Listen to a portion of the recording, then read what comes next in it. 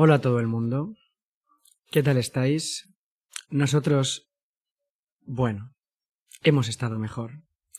Porque estos grados que nos arropan por las noches y estos incendios que nos cercan y en fin, no está siendo una semana fácil. Y yo personalmente pues he encontrado como cualquier momento del año, refugio en la comida y el salmorejo ha sido mi principal ansiolítico, la verdad, os lo tengo que confesar.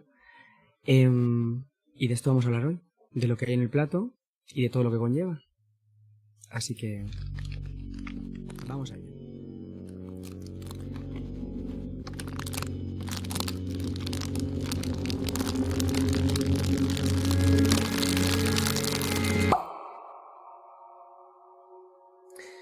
Muy buenas, bienvenidas, bienvenidos. Estáis escuchando Ecoinsomnes. Somos Bruno Martín, Bruno, Hola, ¿qué tal? Mario Juárez Hola, ¿qué tal? y yo, que soy Pablo Izquierdo. Y hoy hablaremos de un tema efectivamente importante con el que nos toca a veces votar y nos toca votar todos los días con nuestra cartera, que es lo que comemos, ¿no? Porque somos, en fin, es una de las decisiones que más a menudo tomamos. Y oye, antes de empezar, somos conscientes de que podés plantear las cosas a las que vamos a hablar. En muchos casos, vale, otros no, pero en muchos casos sí que requiere una inversión de tiempo, de cabeza, ¿no? De espacio, de espacio mental y a veces también de dinero que no todo el mundo puede hacer. Y joder, tenemos que empezar reconociendo esto, ¿no? Sí, bueno, yo soy de los que hace la compra el sábado por la mañana y los sábados en los que tengo algún plan, pues me quedo sin hacer compra. Y entonces me paso el resto de la semana, cuando salgo del trabajo, corriendo a por una tortilla preparada, un hummus, un salmorejo de bote. Confieso que soy terrible en este respecto. Soy de los que gravita mucho a las comidas preparadas, estas cosas. Se me da fatal lo de planificar, mira, la frutería de barrio, ir a hacer la compra y bueno, estamos trabajando. Es que no me gusta mucho cocinar también. Yo creo que esto es un tema que influye, del que igual podemos hablar. Yo, sí intento comprar en sitios de barrio, pero básicamente porque me pilla cruzando un paso de cebra un minuto y si ya no lo hago teniéndolo a un minuto, sería soy un caso perdido. Entonces, lo único que, cuando te planteas este tipo de cosas, lo que has dicho tú, Pablo, se lleva, en mi opinión, lo principal es el dinero. Porque al menos en mi barrio sí que hay opciones de tiendas eco y tiendas sin envases y tiendas a granel y muy locales y demás, pero ves los precios y yo entiendo que la gente muchas veces no recurra a esto, porque no puedes hacer una compra para toda la semana y que duplique, triplique el precio final. Creo que en este momento nuestros oyentes tienen que saber que Mario es una señora de Chamberí y que esto es Bruno, totalmente verídico. vamos a ver, soy esclavo de mis circunstancias, no he elegido yo vivir en Chamberí como... Esclavísimo, sí. Vamos a ver, por favor, es que encima, entre lo del capitalismo del otro día y tal, y esto es que soy el principal Bueno, 3 minutos, hipócrita 3 minutos y ya te la llevas. No, pero por Sí. eso mismo buscamos que este episodio sea práctico, sobre todo que dejéis los auriculares al terminar y que penséis, bueno, voy a intentar esto, voy a intentar aquello, ¿no? Y precisamente hemos estado hablando con una persona que sabe mucho de esto. En esta semana he hablado con Aitor Sánchez, que es nutricionista, que es embajador del Pacto Climático Europeo y autor también del libro Tu dieta puede salvar el planeta. ¿Y por qué es importante esto? La alimentación es una de las actividades humanas que más emisiones tiene asociadas, cerca del 24 y del 26%, y obviamente tiene un gran impacto ya no solo por las emisiones atmosféricas, sino porque además es una actividad que se extiende al 100% de la población. Es también tan importante porque es un hábito que se constituye de por vida. Es muy variable según el modelo, porque hay formas de alimentarse que son muy contaminantes y otras menos contaminantes. Y además es una de estas actividades que está ganando tanto protagonismo porque tiene otras implicaciones. Implicaciones éticas, económicas, del desarrollo, culturales y obviamente también van a tener una herencia.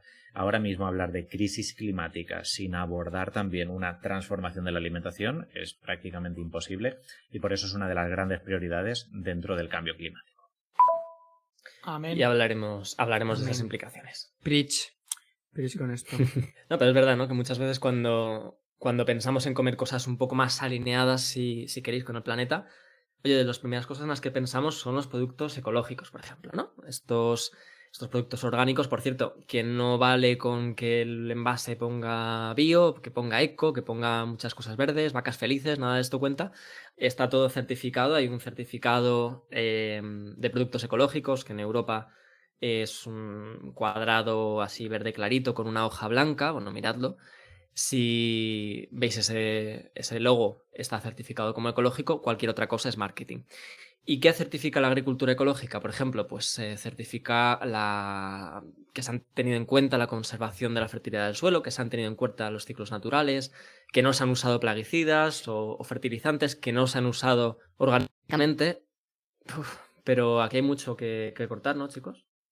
Bueno, es que aparte de confesar dónde vivo, tengo que confesar que soy biotecnólogo de formación, entonces a mí el tema de los organismos modificados genéticamente, como quien dice, lo he mamado desde el día 1 de la carrera. Es decir, la guerra ideológica, tecnológica y social que hay en torno a esto también es terrible. Y yo creo que todo lo que has dicho, Pablo, se resume en que hay mucha guerra de marketing y que tradicionalmente ha habido muchísima guerra de marketing en torno a la visibilización del concepto eco y orgánico y contraponerla a una cierta serie de, pues, bueno, normativas y tal. O sea, se ha abusado de hojas verdes y vacas felices y sin, yo creo que ahondar bien en la cuestión. Se ha llevado muy mal a nivel comunicativo, yo creo, esto.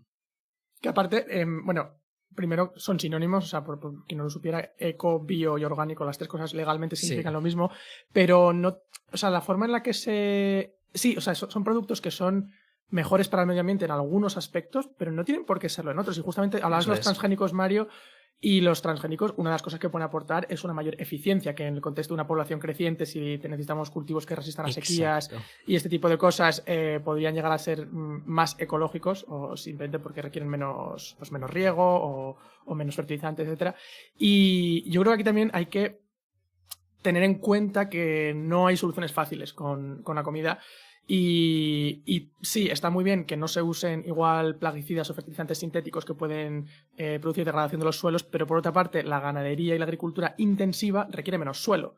Y si usas menos suelo, estás liberando más suelo para otros usos como el rewilding, la resilvestración, o simplemente no talando árboles para poner tu monocultivo, Julio. Entonces, si podemos tener un uso más eficiente del suelo, y esto nos requiere básicamente empapelar menos la tierra con nuestras acciones, sí. Producciones agrícolas, sí, puede ser más útil.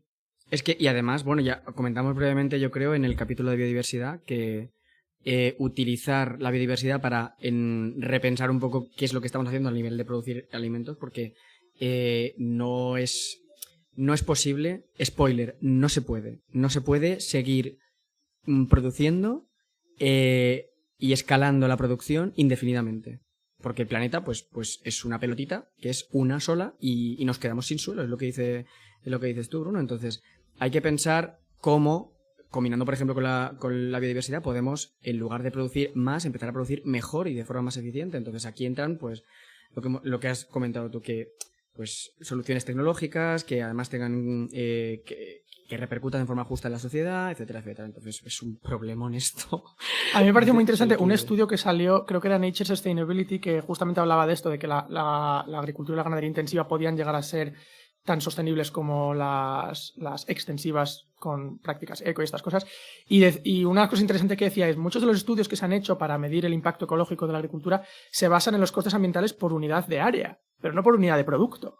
Y esto penaliza los sistemas de producción intensiva. Pero si tú te pones a analizar cuánto daño, entre comillas, haces por unidad de producto, igual la intensiva sale mejor para en algunos casos. Con esto no estoy diciendo que la agricultura y la ganadería intensiva siempre sean mejor, ni que lo eco y lo orgánico sea malo, ni mucho menos. Simplemente que no es una ecuación nada fácil y que, por desgracia, el comprar eco no te garantiza nada, porque si tú estás comprando un kiwi ecológico que ha venido de Nueva Zelanda, pues, bueno, en fin.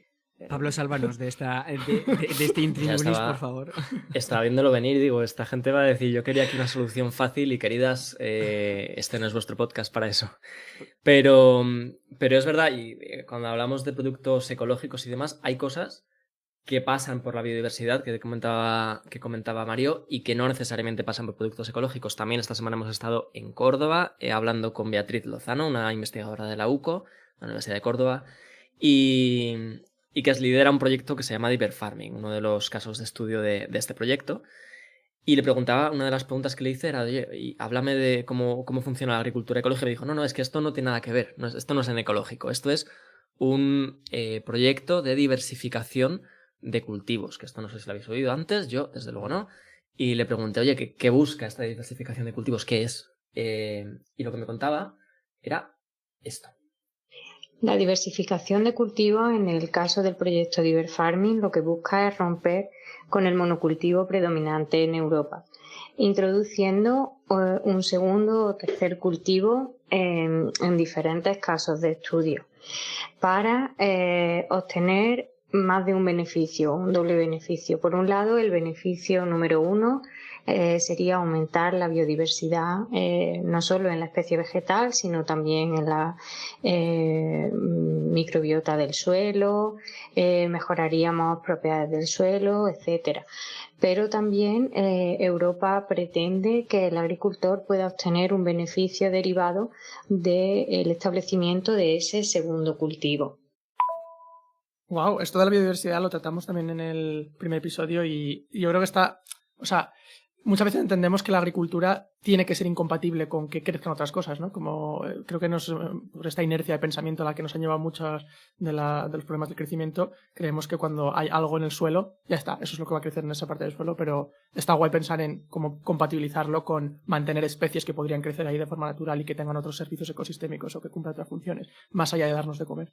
La verdad que yo no conocía el término y me parece, o sea, ni la práctica, me parece súper interesante. Y además, es este tipo de cosas que están como fuera, un poco fuera de la ecuación de antes, que decíamos que parece que siempre tienen los mismos elementos y me parece muy guay para intentar buscar, o sea, pensar fuera de la caja y decir, bueno, pues a lo mejor explorando otros caminos que no están en la avenida de lo tradicional de los conceptos que hemos hablado antes, pues puede haber esperanza y puede haber soluciones que arrojen luz y arrojen tranquilidad, porque de verdad lo de el círculo de antes a mí a veces, o sea, muy mal, muy mal.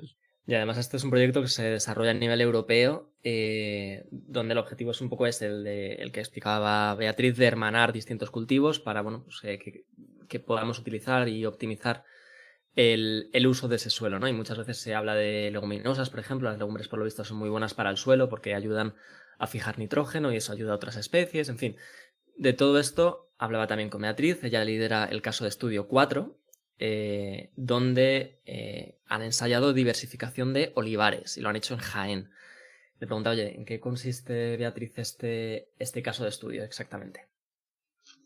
En el caso de estudio 4 de Diver Farming, lo que hemos estudiado ha sido en un olivar tradicional de secano con marcos de plantación muy amplios de unos 12 por 12, introducir en las calles un segundo cultivo con aprovechamiento económico. Hemos probado a diversificar con lavanda, lavandín concretamente, con azafrán, y en un tercer caso una rotación de avena y beza. Eso es lo que hemos puesto en las calles y nosotros hemos estudiado tanto los beneficios como los inconvenientes surgidos de establecer las diversificaciones en propiedades del suelo, en rendimiento agrícola del olivar y también en características ambientales, como por ejemplo en la capacidad de secuestro, en la reducción de la erosión, y este ha sido nuestro estudio, hacer esta comparativa. Nice. Pero esto funciona, o sea, ¿te ha dicho Beatriz si dio Me ha resultados, dicho, Pablo? bueno, están haciendo números, todavía es todo preliminar, pero sí que me ha avanzado que hay mejoras en el secuestro de carbono del ecosistema y también en que hay menos erosión en esos suelos. Por cierto, que otra cosa que le pregunté cuando hablaba de marcos de plantación de 12 por 12 es, nada, que entre un olivo y el más cercano hay 12 metros, ¿vale? Y entre medias es donde plantan todas estas plantas arbustivas, estos cereales, en fin. Los olivos, A mí chicos. me encanta porque me parece a priori algo súper intuitivo que hacer y que me sorprende, o sea, está muy mal decir esto porque siempre hablas, no sé, con la ventaja de vivir un poco más en el futuro, pero me sorprende que que esto se esté haciendo ahora, vaya, o sea, cuando tú tienes una plantación, me parecería una pregunta bastante o de comentarlo, decir, todo este terreno que nos queda en mitad se podría aprovechar o se podría hacer sin perjudicar, me refiero a mi plantación. No sé, me parece muy guay y un ejemplo guay. Claro, pero a mí ¿Mm? no me parece tan intuitivo, porque, no sé, yo, o sea, opinión cuñadísima sin Claro, tener idea de igual que yo. agricultura, pero me da la impresión de que se optimizan los cultivos para que con las máquinas que tengas y tal se pueda cultivar en las... ¿Sabes? O sea, optimizar el espacio para que esté todo lo más cerca posible y que se recolecte con la mayor eficiencia posible y realmente meter cosas. Entiendo que es un nivel más de... una variable más que controlar, Claro. ¿sabes? Que ya te puede Y ese es el liar un tema, ¿no? Y poco. por eso lo están estudiando precisamente, porque no es baladí, por lo visto, pues eso, que funcionen todos los cultivos que quieres meter ahí, que además funcione con el laboreo que necesite esa tierra o que se venga dando por el agricultor de turno. Si necesita máquinas, si no, cómo escalar todo esto, que esa es otra movida, en fin. Y aparte es interesante también que los cultivos adicionales sean para explotación comercial. O sea, esto no es Beneficio simplemente económico, claro, sí. Agricultura que respeta la biodiversidad, Eso respeta es. las lindes y dejas que crezcan las hierbas, entre comillas, que hubiera ahí de normal. O sea, es meter otro cultivo, es que tiene su miga. Además, nos representa en la alimentación, la inmensa mayoría de platos está presente y a nivel ideológico casi, o sea, nuestro olivar es como Españita representing. Más que nada porque al aceite de oliva normalmente tenemos un concepto de nuestra propia gastronomía, a veces un poco somos muy pesados cocinando en algunos casos y solemos pasar por alto el aceite de oliva a la hora de escoger esto que decías tú, Pablo, de productos bio y productos eco / orgánico, lo que sea, a la hora de hacer cambios en nuestra dieta. Yo creo que se nos pasa por encima que tenemos un elemento increíble, que es el aceite de oliva virgen extra, y que puede, en muchísimos casos, suponer el mantenerlo en nuestra dieta una ventaja antes de sustituirlo por otros aceites de coco que parece que son como o resuenan con una etiqueta un poco más verde / orgánico, esto que decíamos antes, porque está aquí, porque lo producimos aquí, joder, es que aporta un montón de valor nutricional a nuestros platos y es nuestro. Entonces, ¿por qué irnos a aceites que vienen de Brasil o de Tailandia cuando aquí en Jaén hacemos oro líquido, que lo llaman? Y esto nos lleva también a uno de los asuntos más espinosos de este tema, ¿no? Que es la comida, que es la lista de la compra que estamos haciendo hoy. Y es el transporte de esa comida, de esos alimentos que tomamos.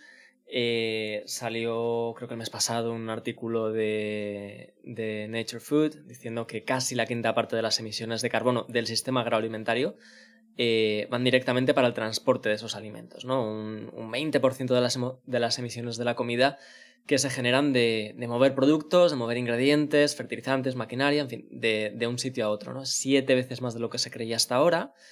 Y es particularmente problemático en el caso de productos frescos, ¿no? De carne, de frutas, verduras, porque requieren pues, un transporte refrigerado, requiere una energía que genera el doble del CO2 del que se emite para producirlo, según este estudio, ¿no? Esto tiene lógicamente implicaciones de cara a países como el nuestro, que al final, en fin, somos la huerta de Europa, ¿no? Y además eso repercute pues en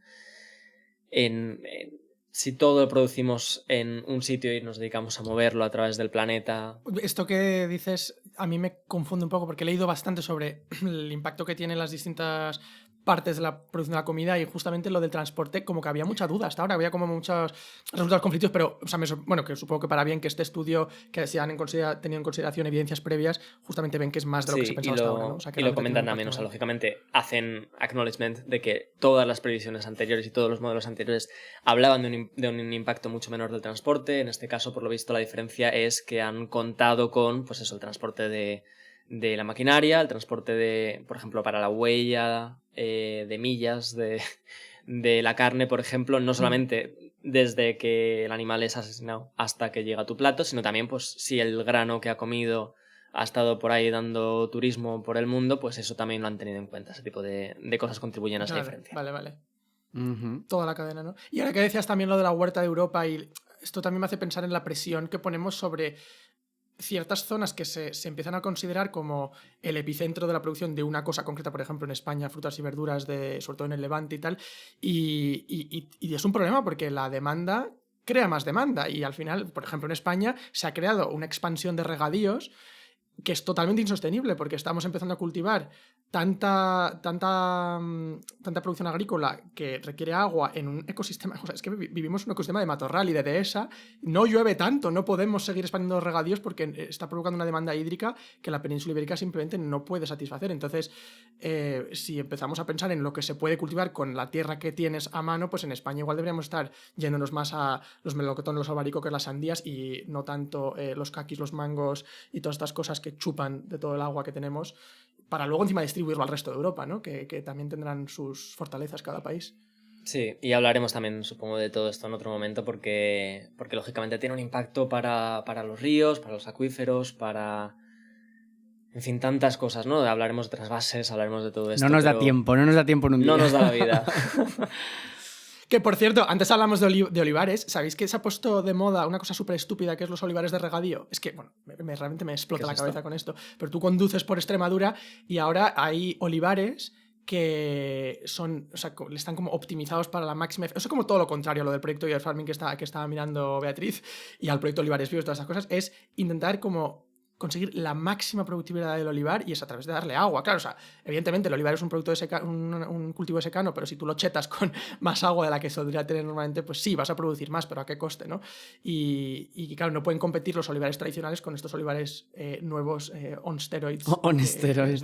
En esteroides. Pero esto debería regularse, de verdad, o sea, todo este tipo de decisiones deberían ir acompañadas luego de consensos sobre resultados y, o sea, nadie debería poder tener, a mí es una cosa que me sorprende, nadie debería poder tener derecho a empezar este tipo de prácticas o al menos, no dicho así, pero joder, el controlarlo de alguna forma y el permitir según qué cosas cuando se conoce que funcionan y cuando se conoce que es respetuoso y cuando se sabe que esto no, a la larga, en 15 años no vamos a tener ahí un terreno muerto. Es que, en fin, bueno.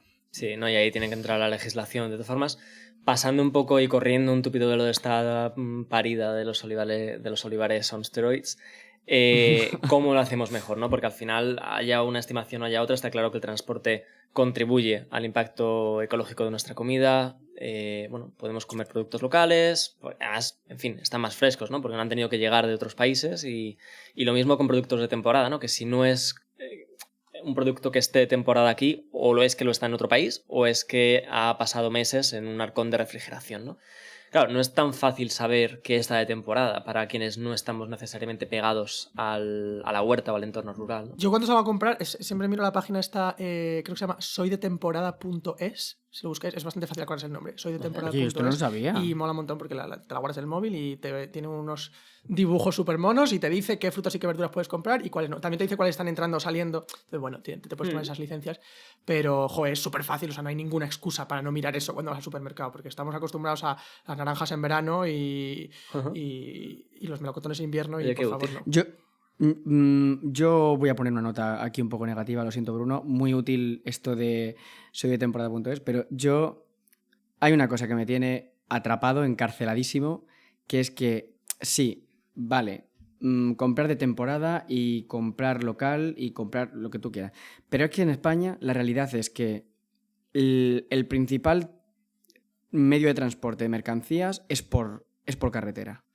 Y a mí esto me viene a la cabeza de vez en cuando estoy intentando comprar local y estoy intentando comprar de temporada y tal, pero pienso, es que, bueno, no es un poco más en relación a otros medios de transporte, es que estamos hablando de que el transporte por carretera a nivel de toneladas de mercancías, hablamos de una media de 1,5 millones de toneladas por carretera frente a, no sé, por tren creo que eran 25.000 toneladas o algo así. O sea, la diferencia es abismal y yo muchas veces como que tengo el pensamiento intrusivo de esto es local, lo sé, pero esto ha venido en un camión. Y esto, no sé, como me tiene... claro, local, que ¿no? Me tiene en un callejón sin salida porque sí que influye y yo intento comprar de temporada e intento comprar de origen nacional. Pero tenemos esto de que en España no se explota la red ferroviaria para transportar mercancías de una forma eficiente. O sea, o al menos no se está favoreciendo.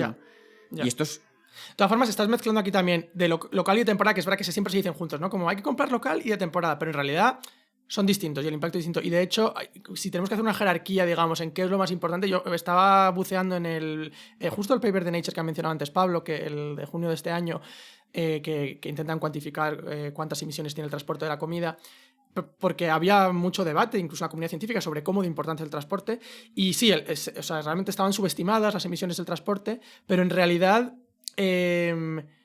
lo más importante y lo que más afecta al impacto que tiene tu comida es lo que comes. O sea, la decisión, si tienes que centrarte en una decisión, es voy a decidir qué como, porque hay comidas como la carne que tiene un impacto ambiental muchísimo mayor que cualquier otra cosa como las verduras. Pero luego, puestos ya a elegir entre varios tipos de verduras, por ejemplo, lo siguiente sería que sea de temporada, porque si no está de temporada significa que probablemente se están usando, o sea, se está usando más energía para transportarlo, viene más lejos, y lo último ya que sea local. Porque el transporte al final, en realidad el transporte internacional se hace en barcos y comentaban los autores de este estudio que los barcos, dentro de que contaminan un huevo, no deja de ser un medio relativamente eficiente por la cantidad de mercancía que mueven comparado con justamente lo que dices, Mario, del transporte en carretera, que es que contra eso poco podemos hacer hasta que no se electrifique el transporte nacional o tengamos una red ferroviaria de cargo de mercancías que sea mucho más eficiente. Efectivamente sí, las cosas pueden venir de España pero van a venir echando humo por el tubo de escape. Claro, esto no era para hundirnos, pero es en plan, hay que exigir que esto se haga por unos medios alternativos dentro de nuestro país. O sea, que esto también cuenta. Sí, que el último kilómetro no te lo quita nadie, ¿no? La cosa es ver cómo minimizar los otros. Pero decía Bruno, y creo que es también importante que lo cubramos, qué importante es qué comemos, ¿no? Que como sea que llegue, qué es lo que tenemos en el plato, ¿no? Y de paper a paper salía también un estudio hace poquito que hablaba de que reemplazar solamente la quinta parte del consumo de ternera, por ejemplo, de esta carne que es la que más impacto tiene en el medio ambiente con respecto a otras carnes, reemplazar solamente la quinta parte de esa ternera que comemos por un sustituto de la carne puede reducir la deforestación y las emisiones de CO2. Hablamos de esto también en ese capítulo preliminar que hicimos, porque acaba de salir y estaba recién salido del horno. Pero esta es la conclusión del estudio publicado el pasado mayo. Por encima de eso, bueno, las mejoras para el medio ambiente, si reducimos más aún el consumo de carne, desde luego siguen aumentando, pero solo ese primer paso, esa quinta parte, tiene un efecto importantísimo, ¿no? Esto es un plato de cada 5. A mí me parece un resultado súper esperanzador y creo que lo comentamos también en aquel episodio 0 cuando nos presentábamos, que brevemente, sí. Nos da el mensaje de que, vale, lo ideal evidentemente es dejar de comer carne, sí, pero si esto te parece inabarcable, inasumible, si al menos reduces el consumo de carne, o si tú simplemente hablando con tu familia y con tus amigos consigues que entre todos reduzcáis bastante el consumo de carne, aunque sea un poco. Y por eso a mí me parece que tiene mucho valor las iniciativas como el lunes sin carne, que se hace por todo el mundo. Que el lunes sin carne parece súper tibio, ¿no? Es como un día a la semana y la semana tiene 7, pero bueno, en la escala de intervención que necesitamos no está tan mal, porque el poder comunicativo que tiene una campaña como el lunes sin carne puede amplificar un mensaje de una manera que llegue a mucha gente y tenga estos efectos brutales eso. El estudio decía que reducir una quinta parte del consumo reduce la deforestación ¿cómo era? A la mitad. Y por eso me parece tan valioso. En España, por ejemplo, si a alguien le interesa, Raquel Bernácer tiene un libro de recetas que está inspirado y dedicado al movimiento Lunes sin carne y bueno, es un sitio estupendo para empezar. Pues, hablando de comentarlo con otras personas, ahora que lo has dicho, yo personalmente aquí me he encontrado con un obstáculo muy grande a la hora de comunicarlo en mi círculo este viaje, porque yo no soy vegano ni soy vegetariano, pero sí que estoy en un viaje de intentar reducir mi consumo de carne todo lo posible. Entonces, cuando esto lo comentas con gente, te encuentras con una oposición, pero casi ideológica, muy tocha. Es decir, porque la carne, el consumo de carne, yo creo que, o yo he percibido en mi entorno que lleva asociado un componente de autopercepción, de rol personal súper fuerte. Es decir, carne es quedar con amigos y darte un homenaje y poder y masculinidad. Además, sobre todo, muy asociado a la masculinidad. Sí, y las alternativas a la carne se ven como algo súper femenino. Bueno, el otro día vi un anuncio de Alpro. Alpro, la marca esta que hace bebidas vegetales y yogures vegetales y tal, y tenía un gorila, literalmente un gorila, ¿vale? Es que ni se esconden. Y ponía, comer plantas es de fuertes. Y es que, o sea, este es el nivel de marketing que necesitamos para intentar hacer frente a la ideología que hablas, Mario, de que es súper identitario. Pero es que me parece súper identitario y me parece, yo creo que la principal barrera a la hora de tratar este tema en nuestros círculos, ¿no? Que de repente te encuentras... Yo conozco gente que ve lo que dices tú, lo de las opciones de comer pescado, verdura y tal, como en plan de... No es para mí porque no me representa casi, o sea, no es lo suficientemente... en fin, esto que me tiene de vez en cuando a mí atrapado igual y que me parece a nivel comunicativo una montaña. Sí, y esto es así. Vamos a tomar un paso para atrás de todas formas para ver por qué estamos hablando de todo esto, ¿no? Porque hay a lo mejor gente que no es consciente de hasta qué punto la carne tiene un efecto o deja de tenerlo sobre el medio ambiente. Decíamos el vacuno sobre todo, pero vale, el impacto que puede tener es mucho mayor que de otras fuentes de proteína, como pueden ser las legumbres. Hemos vuelto a nuestro nutricionista de guardia, Aitor Sánchez, para preguntarle, oye, ¿qué diferencia hay entre un plato de legumbre y un filete, ¿no? Ese solomillo imbatible del que sufríamos también en esos términos de masculinidad. Bueno, ¿qué diferencia hay entre las dos para nuestra salud y también para el planeta? Un filete de carne y un plato de legumbres son muy diferentes a muchos niveles. Obviamente, si los medimos desde un punto de vista dietético, podríamos simplemente decir que ambas son opciones de una ración de proteínas y que pueden constituir pues, ese segundo plato o un plato completo, depende de que vayan acompañadas. Pero para el planeta tienes un impacto muy distinto si las evalúas. Por un lado, la carne es muy ineficiente. Los productos de origen animal, sobre todo los proteicos animales, son extremadamente ineficientes en términos medioambientales, porque hay que criar, alimentar, tratar, manejar a un animal durante años, durante meses, para luego sacrificarlo y tomarlo, mientras que por el contrario, si recurrimos a los productos de origen vegetal, especialmente aquellos que son proteicos, como son las legumbres, tendríamos una selección mucho más eficiente. En términos medioambientales, se estima que la carne es 10 veces de media más ineficiente que la proteína vegetal y, por supuesto, a nivel de salud está más que justificado seguir promocionando las legumbres por delante de la carne a muchos niveles y porque son un alimento obviamente bastante más interesante por su aporte de fibra, porque también tiene esos hidratos de carbono de absorción lenta, porque también es una de las prioridades que actualmente se está promoviendo en dietética, ya que previene numerosas enfermedades no transmisibles. Me encanta cómo lo pone Aitor con lo de la eficiencia energética. Es una forma como muy visual de entender. También me gustaba mucho como lo decía David Attenborough en el documental este de Netflix de Una vida en nuestro planeta. Decía, siempre que estás comiéndote un filete o un trozo de carne, estás exigiendo un uso de suelo muchísimo mayor que el equivalente de proteína en cultivo, porque ese uso, o sea, ese suelo te podría haber dado ya las proteínas si hubiera habido legumbres creciendo sobre él, pero en el momento en que tú tienes que cultivar un pienso para darle a un ganado que está en otro sitio y luego comértelo, o sea, cada etapa de la cadena se pierde un montón. Y creo que pensar en ello en términos de eficiencia energética es una forma de que haga clic. Sí, y que muchas veces la preocupación realmente no es por tener dudas de, oye, esto tiene más impacto, menos impacto. Creo que estamos todos más o menos en la misma página con respecto a, bueno, los datos son estos. Pero es verdad que muchas veces, junto con esa percepción un poco más identitaria, más de señalar, más de, pero hombre, pero ¿qué te pasa? ¿Estás enfermo? O no. ¿Por qué vas a dejar de comer carne? Bueno, una de las preocupaciones más habituales es pues que empieces a tener deficiencias de todo. Si te hinchas a nuggets, nadie se preocupa demasiado, pero si de repente dejas de comer carne, oye, pues te van a caer deficiencias como las 7 plagas. He preguntado también de esto a Aitor, que es nutricionista, y nos ha contestado, bueno, ¿es saludable o no una dieta sin carne? Y esto es lo que nos decía. Se puede llevar una dieta saludable sin carne y también sin cualquiera de otros alimentos. Es decir, no hay ningún grupo alimentario que sea imprescindible. Tampoco el pescado, tampoco los huevos, tampoco los lácteos, ni siquiera las frutas. Lo importante es que estén todos los nutrientes que necesitamos.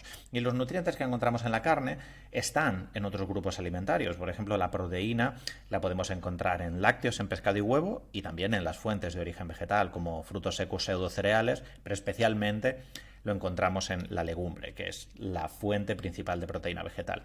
Y, por ejemplo, otro nutriente por el que es muy famosa la carne, que es el hierro. Encontramos hierro igualmente en otros alimentos de origen animal, sobre todo mejores fuentes y más saludables, como podrían ser los bivalvos, como podrían ser los mariscos, pero en el mundo vegetal también hay interesantes fuentes de hierro, y hay que recordar que las dietas sin carne no tienen mayor prevalencia de anemia ferropénica. Las encontramos en frutos secos, en cereales integrales, en legumbres, en frutas desecadas, y por lo tanto lo que hay que seguir es una dieta completa. De hecho, las sociedades occidentalizadas tienen una dieta muy rica en alimentos cárnicos y a pesar de eso sigue siendo muy prevalente la anemia ferropénica. Así que no es un factor de prevención el consumo de carne de anemia, lo que es el factor de prevención sería el tener una dieta completa con suficiente ingesta de hierro, independientemente del origen. Así que ya Toma. sabes, mamá, tranquila que tu hijo está como un roble. De todas formas, una de las cosas, nos hablaba Aitor de hierro y es cierto que no hace falta suplementarlo ni nada por el estilo para una persona sin requerimientos específicos por llevar una dieta vegetariana.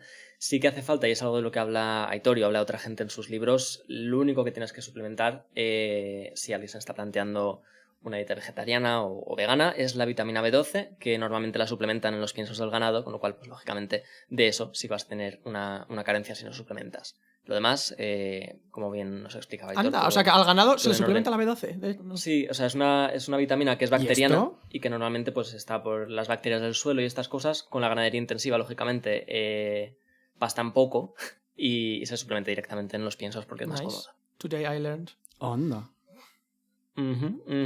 Y bueno, en fin, hoy es día, es cierto que es más fácil encontrar opciones sin carne en supermercados, también en restaurantes. Y hemos estado por Córdoba, hemos estado por Jaén. Nos vamos a subir a Galicia, porque la feria gastronómica más grande de Galicia, ya sabéis que es una tierra de pulpo, ¿no? Y de lacón y estas cosas, es una feria vegana y se llama Veganagal. Ha ocurrido a principios de este mes en Vigo. Y es también la feria vegana más grande de Europa. Esta semana he hablado con una de sus organizadoras, Tamara Alonso, y le preguntaba si esto significa que está el veganismo en expansión. Bueno, la verdad es que estamos contentísimas con el resultado de la feria. Hemos tenido un ligero incremento respecto al año pasado. Han venido más de 12.000 personas a comer vegano, a escuchar hablar sobre veganismo, sobre sostenibilidad. Y la verdad es que, la repercusión en medios este año ha sido muchísimo mayor. Se ha trasladado mucho más, ¿no?, este debate a la sociedad, que al final es la finalidad principal de la feria, y la verdad es que a nivel divulgación estamos encantadas. Yo gente vegetariana, o sea, vegana, perdón, conozco poca, pero vegetariana sí que conozco cada vez muchísima más. O sea, yo creo que esto va en aumento. A nivel anecdótico puedo decir que por lo menos que me estoy rodeando cada vez más. Bueno, a ver, también sesgo, ¿no? Pero Iba a comentar exactamente lo mismo, la verdad. Me decía ella que el objetivo es ese, ¿no? Es extender el debate, que habrá gente que se haga vegana, que se haga vegetariana, gente que no, pero que reducirá un poco su consumo de carne, y que todo es bienvenido, ¿no? Por cierto, si alguien necesita ideas de recetas, yo me chupo los dedos. No, lo siguiente con las cosas que sube Tamara, si tenéis Instagram por allí, se llama ¿De dónde saco las proteínas? Un poco al hilo de lo que comentábamos antes. Y ahí podéis sacar también idea. Pero es verdad, ¿no?, que es complicado, al hilo de lo que decías tú antes, Mario. Es complicado a veces hablar de estos temas, ¿no? Que siempre parece que se encaja mal, siempre se va la mofa, ¿no? O simplemente no, pero la gente se cierra en banda y no parece que se pueda hablar de este tema cuando no hay una conversación más natural que hablar de qué comemos.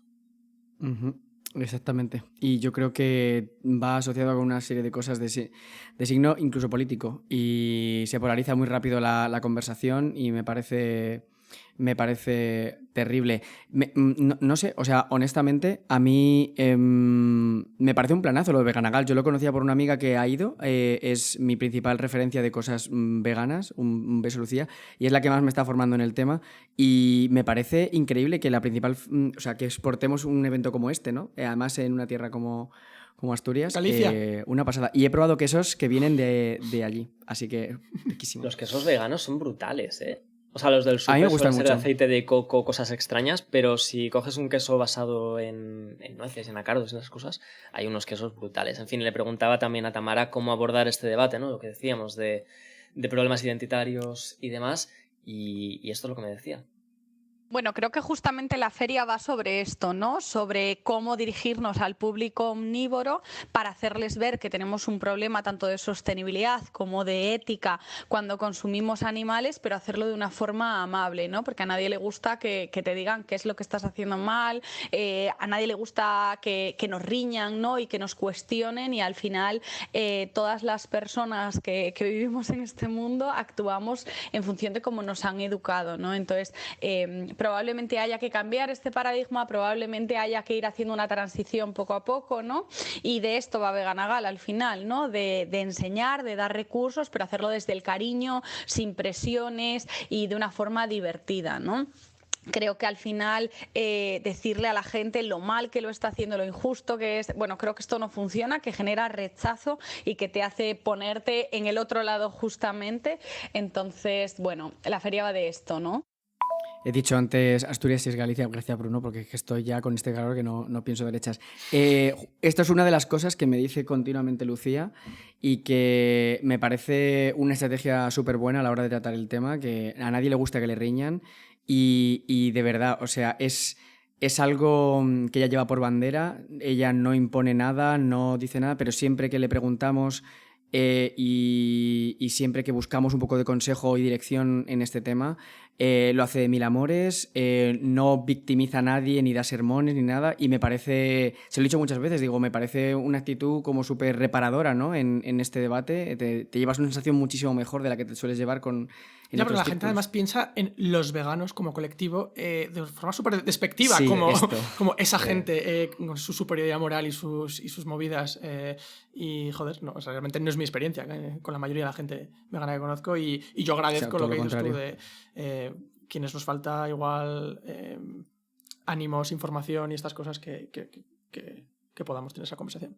Oye, y de cara a alternativas y a cosas que hacéis vosotros, que estáis reduciendo el consumo de carne, porque yo ya lo he dicho, yo no tomo carne, entonces a lo mejor estoy como más sesgado y para mí el tofu es ya un amigo de la familia, pero es verdad que muchas veces pensamos en eso y cuando damos un poco vueltas a cosas decimos, oye, que tenemos lentejas, que tenemos garbanzos, ¿no? Que no hace falta que nos vayamos a cosas súper exóticas. Pues, bueno, aquí yo, mixed feelings. Por una parte sí, tenemos lentejas y tenemos garbanzos, pero quiero romper una lanza a favor de los sustitutos de la carne vegetarianos, porque la gente, o sea, he tenido muchas conversaciones muy frustrantes con gente que te dice, si lo que quieres es dejar de comer carne, ¿para qué quieres una cosa que parece una hamburguesa? Y como, a ver, una hamburguesa no. Dios, de pero, verdad. por ejemplo, yo estoy adicto ahora a la Geura o Eura, no sé cómo se pronuncia, que es una cosa que tiene textura. A ver, yo creo que pretende imitar el pollo, aunque no lo dicen explícitamente, pero si tú tienes en tu mente un recetario mental ya de cosas que hacías y lo que estamos, ya hemos dicho, es pillado sobre todo de tiempo, de espacio mental y de opciones que comprar, y de repente tienes que reinventar un recetario para dejar de comer carne, a mí me ayuda mucho que yo una cosa que solía hacer con pollo, ahora lo puedo hacer con Eura, o si yo antes hacía una boloñesa, pues la hago con soja texturizada. Entonces no se trata tanto de que yo quiera pensar que estoy comiendo carne, que me la trae al pairo, es más que yo no quiero tener que, dentro de que para mí cocinar no es una cosa que me entusiasme muchísimo, no quiero tener que reinventarme y de repente hacer un montón de experimentos en la cocina para poder aprender a hacer cosas nuevas, claro, ¿no? Que aparte, evidentemente en mi casa se comen muchísimas legumbres y a topísimo, pero simplemente quería hacer esta parte de entiendo por qué existen y para los flexitarianos son pues eso, una bolsa de aire, un salvavidas. De todas formas, seguimos hablando de legumbres, o sea, seguimos hablando de en este caso soja, ¿no? Que proporciona esa proteína, y es verdad que muchas veces, bueno, pues es mucho más sencillo. La soja texturizada está brutal, la hidratas un poco, la echas a cualquier boloñesa. Es muy baratita, viene además deshidratada, con lo cual el impacto del transporte nos deja un poco más respirar. Así que muy guay, muy guay. Mario, hombre, claro, por supuesto. Yo soy de la escuela de Farmagema y me he refugiado en las ensaladas de legumbres en todas y cada una de sus combinaciones diarias, que te da para hacer una al mes. Chicas, de verdad, escuchadme. Las ensaladas de legumbres son el futuro. Y sobre todo, chicos, escuchadme, además, que esto es importante. O sea, aunque... Aunque hablemos en femenino neutro, en este caso creo que el masculino es importante, Mario. Es importante, sí. Y yo de verdad como ensaladas de legumbres prácticamente pues 4 o 5 veces al día. Los otros 2 diría que también. Entre eso y nuestras maravillosas ensaladas frías de tomate, cremas frías de tomate, gazpachos, salmorejos y tal. Puedes hay un montón de combinaciones de las que no te cansas, es súper rápido, con lo decía Bruno que necesitas espacio mental, las ensaladas estas se hacen en un plis, le puedes añadir absolutamente cualquier cosa que todo cuadra y juegas con los aliños, es decir, con vinagretas de limón que están riquísimas, con pimentón, tal. Bueno, yo y es si que os no me da canso, pereza de hervir verdad. legumbres, la olla express es vuestra amiga. Que da un poquito de miedo al principio, pero se puede. Exactamente. La olla express me compré una de segunda mano este año y es la cosa, o sea, la mejor inversión, los 10 libras más mejor invertidas que he hecho en mi vida, te lo juro. Maravillosa. 10 libras En fin. solo, Dios mío. Que no te explote, por favor, Pablo. Yo tiro mucho de legumbres de bote y también me estoy intentando quitar, pero bueno, es que ya te digo, la pereza esta me puede. En mi casa es sobre todo mi pareja quien cocina y la olla express. ¡Mua! Sí. Ya está. Maravillas, oye. Fin. Gente, que esto son cosas que se pueden hacer para llevar una dieta más sostenible y que muchas veces son más sencillas de lo que creemos. Entre los tres y con la ayuda de quienes nos han orientado un poco, hemos hecho esta lista de la compra, más vegetal, más local, más diversificada cuando se pueda, y de todo esto, pues haz lo que puedas lo de siempre, cuéntalo. Agradecemos, por supuesto, vuestro apoyo, que seguís estando muy cerquita en redes sociales y os lo agradecemos un montón. Decidnos si os ha parecido interesante este episodio, cómo os lo montáis vosotros, ¿no? Si tenéis alguna receta así de entre semana cuando tenéis poco tiempo, si hacéis alguna sustitución de una verdura por otra según la temporada, contadnos. Y agradecemos también, por supuesto, a quienes han pasado por aquí en este capítulo, a Beatriz Lozano, a Aitor Sánchez y a Tamara Alonso. Nosotros, ya sabéis, somos Bruno Martín, Mario Juárez y yo mismo, Pablo Izquierdo, y esto ha sido Econsomnes. Muchas gracias por estar ahí. Adiós. Adiós. Hasta la próxima.